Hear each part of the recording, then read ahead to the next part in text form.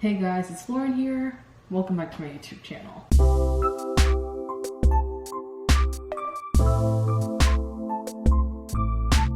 So, I am about to go to college. I am moving to campus soon, and I bet you're wondering what that has to do with this book haul. Well, New York is requiring, that's where I'm going to school by the way, I'm going to school in New York, and they're requiring that people that are coming from out of certain states are to quarantine for 2 weeks before they go pretty much anywhere in the city. So, in order for my school to mitigate that, they said that anyone that's outside the tri-state area needs to move in early, and we are quarantining for 2 weeks, meaning we can't even leave our rooms or do laundry or any of the other shit for 2 weeks, and I'm basically gonna be alone for those 2 weeks. So I thought I might get a little bored. And one thing that always helps cheer me up and kind of calms me down is reading books. So this is kind of the first time we did like a massive book haul. And by massive, I mean I got about 15 books, which is a lot of books to get at once. A girl's gotta do what a girl has to do. This is survival, really. Partly indulgence, but survival, ultimately. So basically, I'm just gonna show you guys what I got. This is kind of like a back to school, try not to go crazy quarantine book haul. So yeah, I'm just show you guys what I got. Let's start with the novels.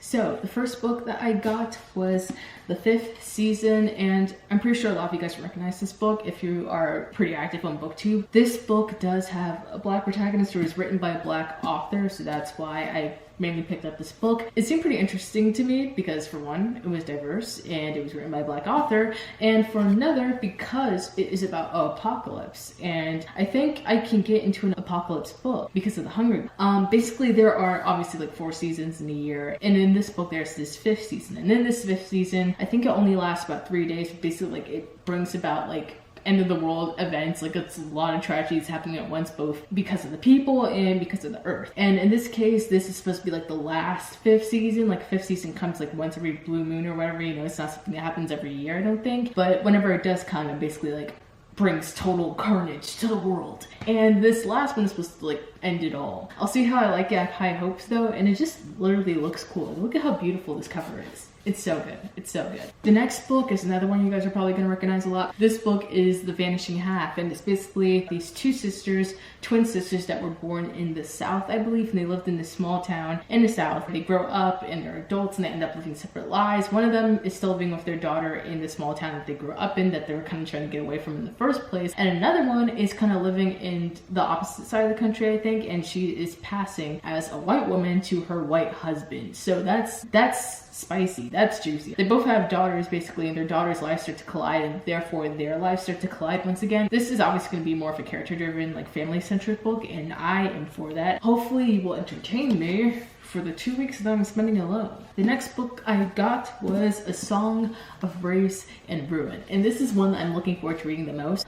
Basically this book is about royalty, black royalty, we love to see it. This book is basically about these 2 characters, Malik and Karina, and they are sworn enemies from the get-go, even though they don't know each other, because Malik's sister, this is a fantasy book by the way, Malik's sister was kidnapped by this evil spirit. He was trying to like make a better life for himself and his family, but then his sister got kidnapped by this evil spirit. In order to get his sister back, he has to kill Karina, who is royalty at this point, and it's someone that he has to kill in order to get his sister back, in order to get the life that he's always wanted for him and his family. And then Karina, she is royalty. She's the bad bitch on the cover, I'm pretty sure. Karina's mother ended up dying, and she wants to bring her mother back from the dead, but the spirit is basically saying that she has to get the heart of a king, I believe, like the beating heart of a king, and whoever wins this competition in their world ends up becoming like the king of their country. I'm doing a terrible job explaining this, but Malik is setting out on this journey in order to like become the king, basically, in order so that we could get close enough in order to kill Karina, and Karina has to get the beating heart of the king. And they're both trying to kill each other, basically. They don't know each other, but they're both trying to kill each other in order to bring back people that they love. Probably some wild shit is gonna happen. I'm really excited to read it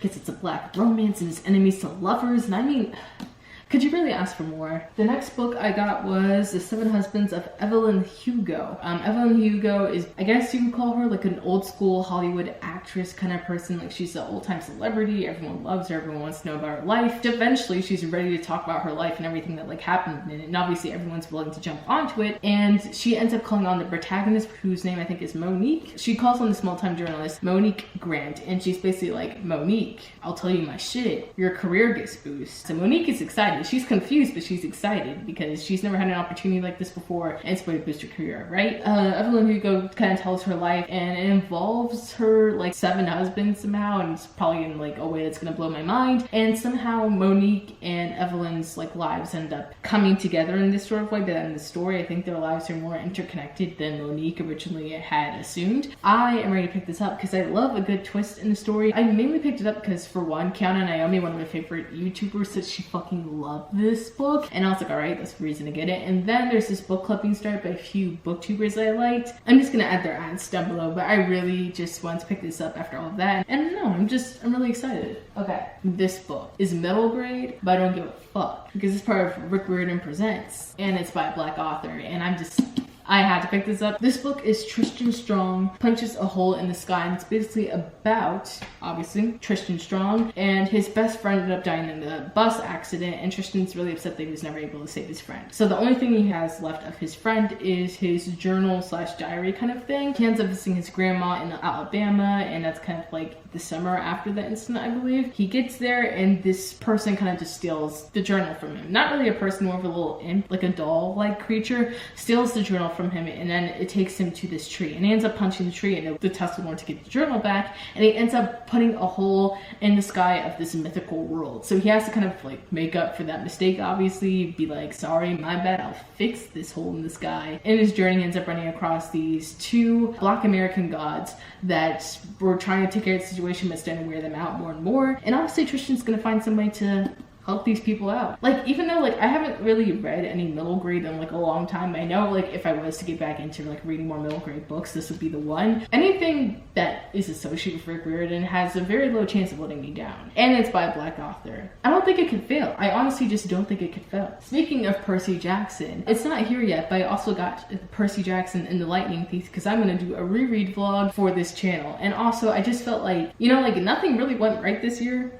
at all. I just wanted to find some way in order to say goodbye to my childhood, because after I go to college, like I'll be turning 18 and it's basically bye-bye, and I felt like I should do something more to commemorate that, and what better way to do that than like reading. I also got The Lost Hero, which is part of the Heroes of Olympus series, which is basically an extension of the Percy Jackson series, and I got The Mark of Athena, which is arguably one of the best books of the series. Arguably. It's one of the best books of the Heroes of Olympus series. The thing is, I love the Heroes of Olympus series, and I want to get as many of them as possible, and especially, it was really important for me, even the Percy Jackson book, I got them in the original covers, because the new covers are not as good. I'm sorry, it's not as epic. I mean, look at how epic this cover is. Look at that, Percy, Jason, on fucking like Blackjack, and this horse I can't remember the name of. It's amazing. So, if you are not aware, I started watching anime in the last month, and I've become completely obsessed. I'm pretty sure I became a little bit of a weeb in this last month of summer. I'm not really complaining. Anime brings out like the inner child in me. Like I feel this inexplicable joy when it comes to anime, and I'm not complaining about it at all. I love it. I'm so glad. Like if one good thing came out of 2020. One good thing, it's the fact that I started watching anime. I really liked anime, and you know, since I really like books too, I was like, you know what's a perfect thing I should probably start? I should read manga. I was like, I'm a genius. I'm gonna read manga for the first time ever. And I'm probably gonna do a whole vlog about it, like reading manga for the first time, but I just got a few of them. For one, I got to Blue Exorcist Volume 1 and Volume 2. Volume 1 is in one of my suitcases, and I just don't have the energy to find it, so I apologize. But in case you didn't know, Blue Exorcist is about this kid named Ren Okumura. He lived with his priest, like foster dad. Ren's kind of lived in this uncertainty his entire life. He's still been a joyful kid, but he's been uncertain for most of his life because he has this inexplicable strength, and he feels like angry for like the weirdest of reasons. And it's just, you know, like he struggles with his ability. But basically, one day, this demon comes, and he ends up learning that he is the son of Satan. His dad ends up dying when he discovers that he's the son of Satan. So he ends up going to the school, which is called like True Cross Academy, I believe.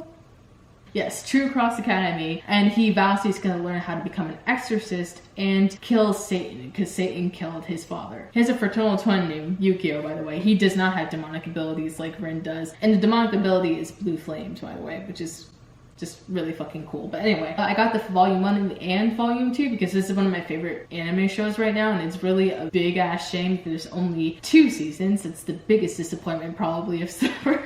That's a fucking lie, but it's one of my biggest disappointments because it's such a good show and it deserves better, and I want another season. I got Full Metal Alchemist. I basically just looked up manga and I looked up like the best mangas to kind of like start off with, and Full Metal Alchemist was one of them. And I'll probably watch the anime series, but first I went to read the manga so that way I had like a fresh like slate on what to expect with this. So Full Metal Alchemist is basically about these two brothers who were seeking out, I guess, like this like ultimate alchemy power, because alchemy is basically the combination of magic, science, yada yada yada. It's basically like ultimate power, that kind of shit. Him and his brother, these two, after they tried to discover this like alchemy power or whatever, ended up like fucking them up permanently. Like this guy lost an arm and a leg, and this guy became a robot. And after that, like their lives were kind of like permanently kind of messed up. He ended up joining the government or something like that, and they have to find this other like incredibly powerful alchemy object, which is called the Sorcerer's Stone or the Philosopher's Stone. I only know that because of Harry Potter. I don't really know what the fuck it actually means, but that's what they're on the lookout for. And yeah, no, I'm just really excited to read it. It's cool. The next one I got was My Hero Academia. I feel like I'll really like this one because I already like superheroes. I read comics anyway, like mostly DC comics, but I read a lot of comics, and I just think I'll end up liking this one as well. It's basically about this kid who goes to middle school, I believe. A lot of these anime manga characters are like in middle school, like middle school or high school. I mean, I'm not complaining. This is about this kid who's basically, his dream is to become a superhero, right? And he wants to get into this academy, which is basically this academy for superheroes. But I don't think he makes it in or something, or there's this obstacle preventing him from getting in. For like some strange reason, he runs into this hero, and that's like basically his golden opportunity to learn how to become a hero, which is his main dream in the first place. And that's basically like the whole summary of this. It's pretty simple. Maybe I oversimplified it. I mean, look at this. I feel like, what's a superhero about red, blue, and yellow? I mean, other than Batman. This is actually not manga, it's a light novel. A light novel is basically like a book that's mainly a novel, but it has like images in it. This one was published first before the actual manga series came out, and like I looked it up on Reddit, because you know, you always go to Reddit when you have weird ass questions. And they said that like, if you want to start reading like a manga series or anything like that, it's best to start in publication order. And this is the first thing that was published, you know, other than the web series. I need water. Ugh. Okay, so Sword Art Online is basically the story about this kid named Kazuto Kitagaya, and basically he is this like ultra gamer person. Like he feels like he loves like the gaming world, which is like this virtual world in a sense, more than real life, which he thinks sucks. Him and a few other characters end up joining this MMO. I think that's what it's called. It's basically like a virtual reality kind of gaming space. It's called Sword Art Online. It's basically this medieval kind of game where there's magic and there's swords and, you know, all that other cool fun stuff. All these players go in, but when they're trying to log out, they realize they can't log out. And the creator of the game says that, oh, sorry, y'all thought you could log out. No. He says that you're not allowed to log out, and that if you die in the game, you die in real life. And basically the only way to make it out of the game is to reach it to level 100, which is very nearly impossible.